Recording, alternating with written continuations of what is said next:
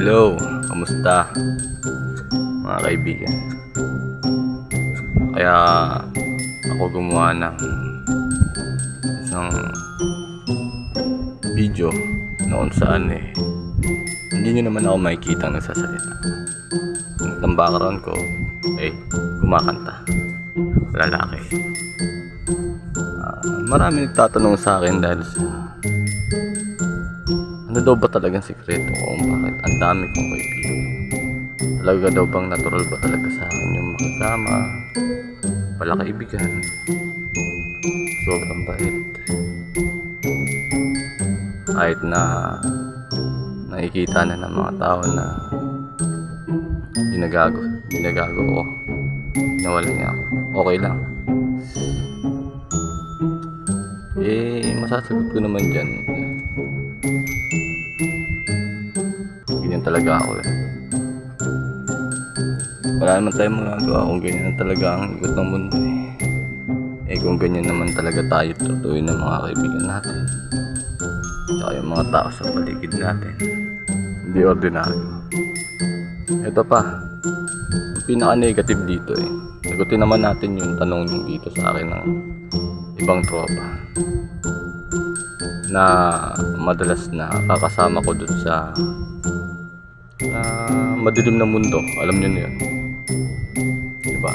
Okay daw akong makisama, okay daw akong kaibigan, pero bakit lahat daw na nakakaaway ko bigla na lang daw nawawala? May kinalaman daw ba ako ron? Bigla na lang daw nagiging missing. Bah, sagot ko, kasalanan ko ba yun? Kung nagchitsyempo lang na minsan, baka nagbabakasyon sila, umaalis sila, or ayaw lang talaga nila magpakita sa atin, sa akin. Hindi naman lahat, diba? Sobra naman. Bamali ko, bakit po sila nagiging missing? Missing. Teka, tatanungin natin yung words ng missing. Diba? Missing. Baka gusto lang nila ma-miss.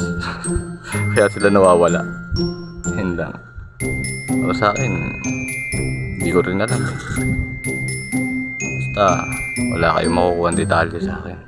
Kung ano yung nakita nyo, yun ako. At ayun talaga ako. At ito pa guys, ang isa sa mga ugali ko.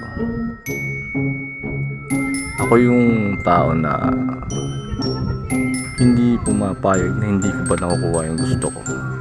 Pag ginusto ko yung isang halimbawa bagay, tao, or kahit ano pa yan, tao or bagay, kaya ikaw mag-iingat ka. Hindi ako pumapayag na hindi ko nakukuha yung gusto ko. Ginagawa ko ng lahat, kahit ano pa ang mangyari.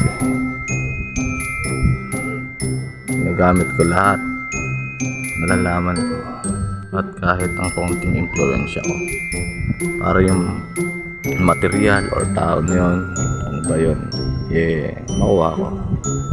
Dahil hindi talaga ako pumapayag na hindi ko makukuha. Pag sinabi kong